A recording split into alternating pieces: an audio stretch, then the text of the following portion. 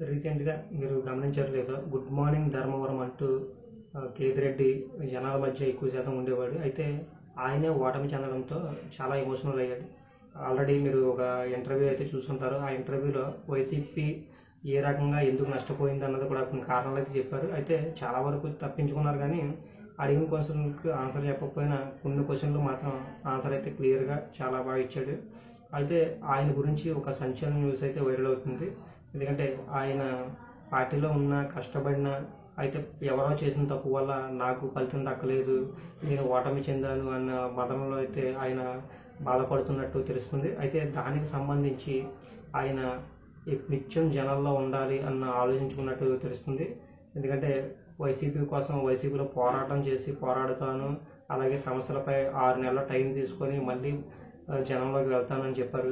కానీ ఏ రకంగా వెళ్తారనేది అయితే చాలామంది ఆశ్చర్యంగా చూస్తున్నారు. ఎందుకంటే ఒక వీడియో వైరల్ అయింది. అది జనసేన పార్టీలో జాయిన్ అవుతున్నారు, అతి త్వరలోనే పవన్ కళ్యాణ్ గారిని కలవబోతున్నారు అని తెలుస్తుంది. దాన్ని బట్టి ఆ వీడియో అయితే వైరల్ అవుతుంది. అది ఎంతవరకు నిజమో ఎంతవరకు నిజం కాదు అన్నది అయితే క్లారిటీ అయితే లేదు. అయితే దాని గురించి కేతిరెడ్డి గారే చెప్పాలి. ఎందుకంటే జనసేన పార్టీలో జాయిన్ అయితే కొంచెం గుర్తింపైనా ఉంటుంది. గతంలో మనం ఎంత కష్టపడినా ఫలితం దక్కలేదన్న కారణంతో ఇప్పుడైనా నన్ను ప్రజలు గుర్తిస్తారు అన్న ఆలోచనతో ఆయన ఉన్నట్లు తెలుస్తుంది. అలాగే ఎందుకంటే నిమ్మల రామానాయుడు యాట్రిక్గా గెలిచారు ఆయన. ఎందుకంటే ప్రజల్లో ఉంటూ నిత్యం ఎప్పుడు పనిచేస్తూనే ఉంటారు. అలాంటి వ్యక్తిని ఆదరించారు. అలాగే నన్ను కూడా ఆదరిస్తారు అన్న కోణంలోనే ఆయన 'గుడ్ మార్నింగ్ ధర్మవరం' పెట్టి జనాల్లో ఉన్నారు. కానీ ఉన్నప్పటికీ కూడా చూసాం మనం ఫలితం ఎలా ఉంటుందని. ఎందుకంటే వ్యతిరేకత ఎక్కడొచ్చినా ఆ ప్రభావం ఎవరిపైన చూపించవచ్చు. ఆ రకంగా ఆయన మీద చూపించిందని అయితే మనం అనుకోవాలి.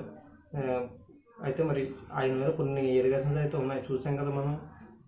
భూములు ఎక్కడ పడితే అక్కడ చూసి కబ్జా చేస్తారు అనేది అయితే ఆయన మీద ఉన్న ఆరోపణ. మరి అది ఎంతవరకు కరెక్టా కాదో మనకు తెలియదు. ఆ నియోజకవర్గ ప్రజలకు తెలియాలి.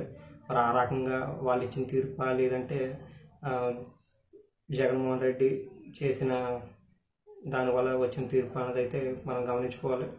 అది కూడా పరిశీలించిన తర్వాత మరి ఆయన జనసేనలోకి వెళ్తారా లేదనేది అయితే మనం అతి త్వరలో చూస్తూ ఉండాలి, వేచి ఉండాల్సిందే.